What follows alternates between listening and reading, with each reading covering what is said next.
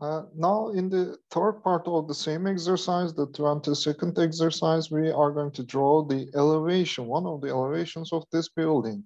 Now, from now on, we don't name the views of the building as the front view or the left side view or something like that. We are going to name the facades of the building according to the directions that they are looking at. Like this is the north direction. Since this is the north direction, then we can say that the facade here will be the north facade, north elevation.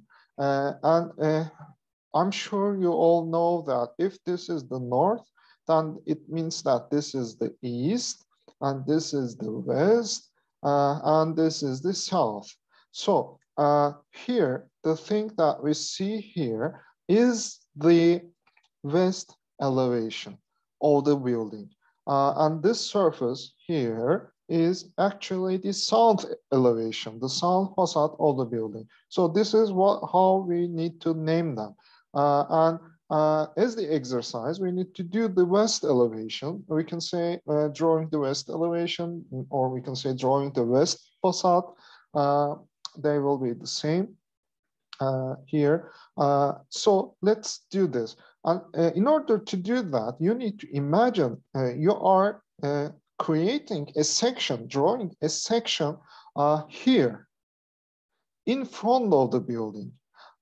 It cuts the surfaces here and looks towards this direction so that we can see in the drawing, we can see the facade that is looking towards the west direction. So imagine yourself that you are taking a section, you are making a section here. This is where your section plane is located. You are cutting it, all these things, this soil, your neighbor's soil, this garden wall, and this your soil, the garden, the walkway, and this other wall, and looking towards this direction. And you can use this part of your paper now to create the west view, west elevation. First, start with the things that you cut. You are cutting the soil here, so you can just transfer this interval and the width of the wall, and you can get the height of the wall from here, the level of the soil from here, and again, it's just the soil, so you will be drawing the same line, in the same level, and here again you have your garden wall and your neighbor's soil, and these are the things that you are cutting when you take this section from outside. Now you can move on to the things that you see here. You can start with the closest one, which are these steps and the surface of the terrace, this part here. So you can transfer the intervals from your plan and the height from your section, so that you will be looking at the front view of the terrace and the steps, the two steps. And after that, you can move on to the next distance, which is the wall and the eave of the roof and the roof itself with its ridge line. In order to do that, you can first transfer the wall here. As you can see, there is this 20 centimeter wall thickness that we can see here, and the eave of the roof. Here you can use these dashed lines. And again, a 20 centimeter thick wall at the south part of the building here. And you can get the height from here, the height of the wall, as you can see here. The eave, the height of the eave from your section, and the height of the ridge line with the parapet walls. Here, as you can see, after the wall, after the surface, it starts to be inclined till the reach of the parapet wall. So this is how I see it. And since you do it, you can move on to the openings now.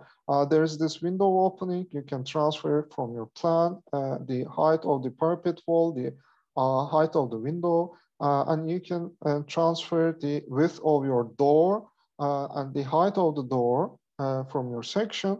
And here you can indicate the opening direction of the wall, the door here. You can create this dashed line. Just imagine you are standing here when you do the section. You are standing here and looking at this direction to see the facade, and the door is moving away from you towards the inside. You are at the outside, the door is moving towards the inside. However, it can be moving like that, like this, but it's not. So it's moving away from you, so you are using the dashed line. And these 2 points indicate where the hinges are, and this point will indicate where the door knob is. So like that. Let's say that the door will be moving like this. Then you can, instead of dashed lines, you can use a continuous line so that people can understand the door is moving towards you, not away from you. It comes closer to you. So this is the difference. And after that, I can move a little bit further where I can see the inside surfaces of this garden wall here and my neighbor buildings. One here, the other is here, and you can see the inside surfaces of these walls here. Also, I can see some part of the tree because it's blocked by the neighbor building. I can put the man there and indicate the cut surface with the same hatch. And this is all. So this time I need to give the levels like I did in the section. I'm using the same symbols. And please note that this part is longer to indicate the level of something here, okay? So I need to do that. If I'm giving the levels of surfaces on this side, I need to use this type of symbol. And again, I will be giving the 0 level, the level of the earth, the lower part of the eave, the highest part of the roof, and the roof parapet. The things that I can see on this side, and I need to do the same for this side. However, as you can see, the symbol is being mirrored because I need to indicate things that will be pointing towards this direction. So again, I need to do the level of the floor, soil, the ground floor. However, this time I have a window on this side, so I need to give the height of the parapet, the upper part of the window, or the lower part of the eave. Again, the ridge and the ridge of the roof parapet. And if you want, you can use a little coloring or hatch to indicate the shadows. As you can see, if you do this, even if you create a 2D image, people can understand how this building is. You will be giving a 3D something for this image. It will be better for them to understand.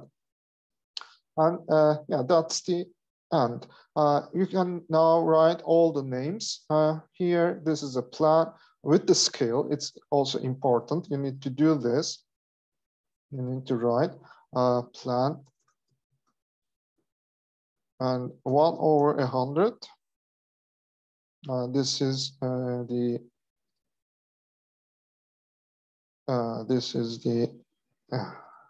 section.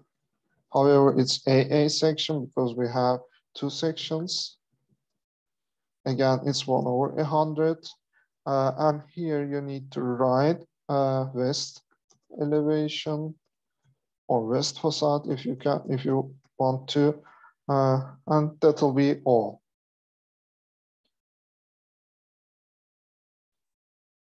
Yes.